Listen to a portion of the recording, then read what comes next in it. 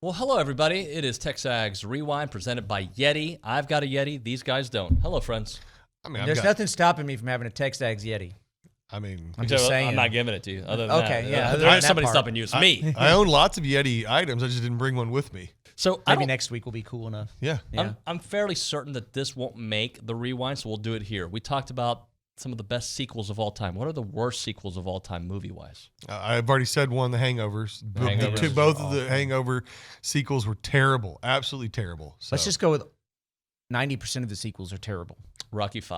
Rocky V. Which one was Rocky V? Is that the one with Tommy Gunn? Tommy Gunn. Yeah, that was terrible. They should have eliminated that one. I really like the Rocky series, but the one with Tommy Gun was bad. Beverly Hills Cop 3. Bad. At an Terrible. amusement park. Amusement I think it was park. terrible. Stupid. Yeah. Yeah. Look Who's Talking 2, TOO. Yeah. I don't think that was good. Didn't My Three Dads or whatever it is the My Three Dads, good show. No, what's the movie though with Ted Danson and those guys? Yeah, it was the wedding one where she gets married. Yeah, or they had a something. sequel. I remember it was awful. 3 Weddings and a Funeral? No, it was. I know what he's talking about though. It's got Ted Danson and Steve Guttenberg. Oh, that's and, right. somebody Police else. Academy after one of the Police Academy after the first one. I'm sure those of you who actually do research and use Google will put some other ones. Put it on the comments below. But on the Texas A&M thing of the topic of things, we had the Go Hour, and OB and McGee were bringing it today. A lot of good stuff in that one. We talked a little bit about coaches' salaries and whatnot. It was fun to talk with those gentlemen there. Coach Schloss joined us to give us a little hope, I think, for the Ole Miss series. Both teams really need this series. Hopefully A&M takes care of business. We did talk to Adam Spencer about the Final Four, and these gentlemen right here, these knuckleheads. The Best part of the show. Thank you. I appreciate that you saying me being on the show is the best part of the He's show. wearing a lot of pastels today too, by the way. Well, it's almost Easter, but it's not Easter. But it's almost Easter. It's TexAgs Rewind. Lane Kiffin gets my bull crap this week. Back at Jimbo's throat again, tweeting out yesterday. Thanks to Nick for filling me in. He always gives me the lowdown of what's potential bull crap for me. I hadn't heard of this yet, but back at Jimbo talking about play calling, and then just, I think in general, all of the already started drama from week one of spring practice, and that Bobby Petrino and Jimbo Fisher aren't getting along and the egos are in the way. We don't know that unless you're inside the building. Sure, it was a little bit weird how he answered some questions about Petrino in week one. There's going to be a lot of interest around that conversation. But other than that, there's really no substantial evidence that there's already drama inside the program. I like that one. Good one, Steve. OB? I got a couple. First of all, what's obvious bull crap is I forgot DeAndre Jordan as the guy we would have liked to see. Rusty Burst, my friend, sent me a text bringing that up. So thanks for that reminder, and bull crap on me for not remembering that or him. How about this for bull crap? Jamira Shoots of Memphis guard. Okay. They after they'd lost to Bowling Green last week in the WNIT, they were doing the handshakes, and she sucker punches a Bowling Green player. I saw in the that. face. Yeah. And but how's this?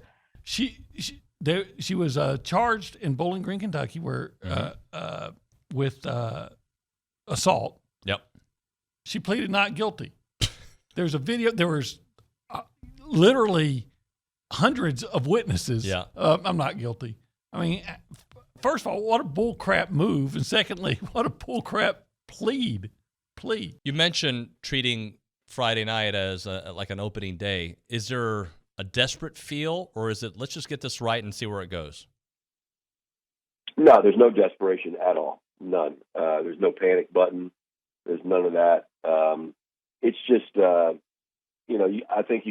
we talk about opening day mentality every day. We talk about that all year, all fall. We're talking about all spring because, in this game, even when you're winning, you have to get back to neutral. You have to get back to the middle and have an opening day mentality. And everybody feels positive and great on opening day.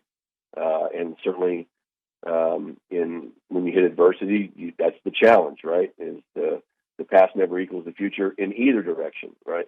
Just because we had a good day whatever day doesn't mean we're going to have a good day tomorrow. Just because we had a great season last year doesn't mean we're going to have a great season this year. And it works the opposite way too. Just because we haven't gotten off, we're 25 games in, we don't like the record, we don't like the conference record, that doesn't mean that it has to equal the future. So, but you do have to have a patient sense of urgency. And after this weekend, the season is more than half over, and that's reality. And so, that's finding the fine line between, the over try and overthink it, and also, but you still have to have a sense of urgency that today really matters, and we'll fight our rear ends off today and see what the result is, and then start back over tomorrow. And that's the challenge of athletics in general, but certainly baseball when you play as many games, and then in this conference to look up and see, how tough each individual game is.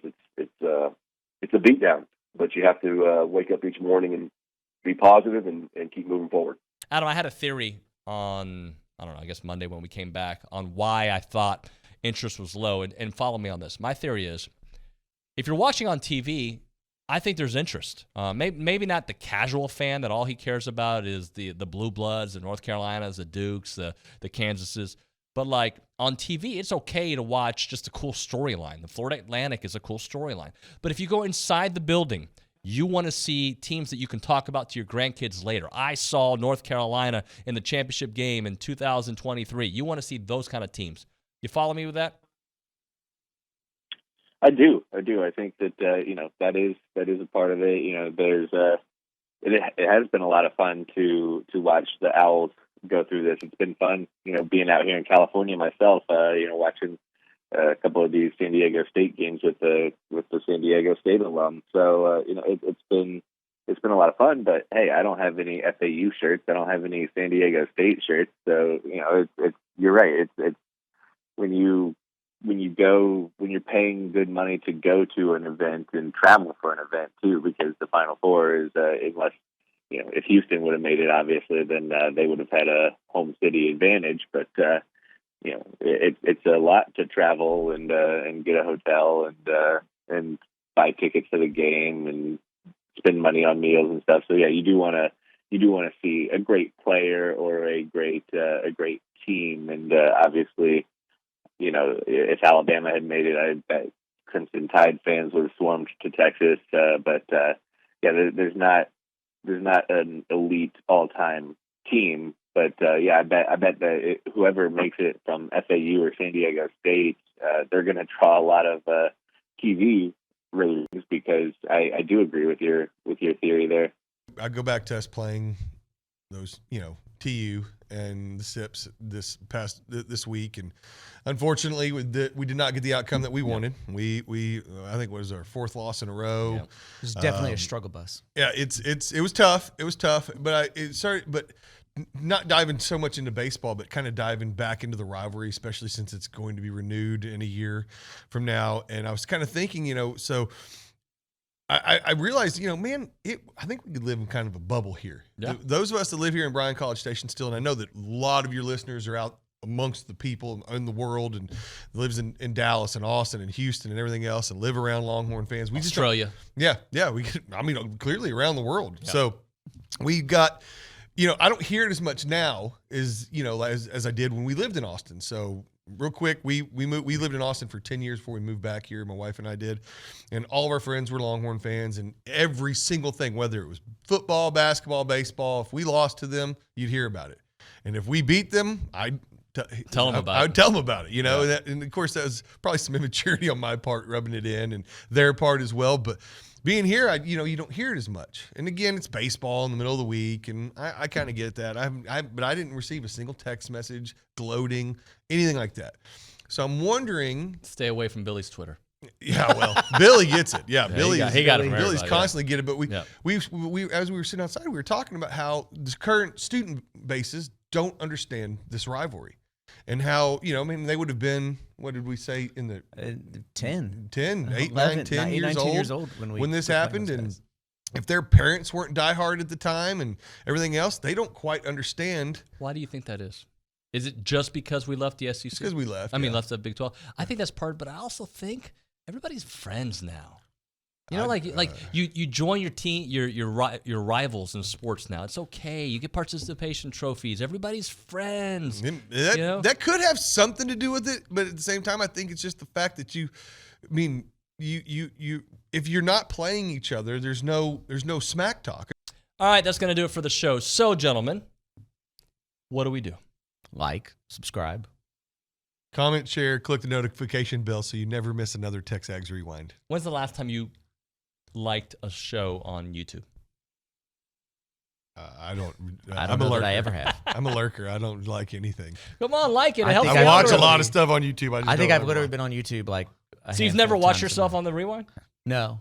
I do. Yeah. I did have a fan tell me that they watched us. A fan of the fan show? Yeah, he said he watched the fan show, and my response to him was like, "Why? I am way better on radio than I am on the TV. We all are." Thanks, guys, for watching. We'll see you next time. Bye.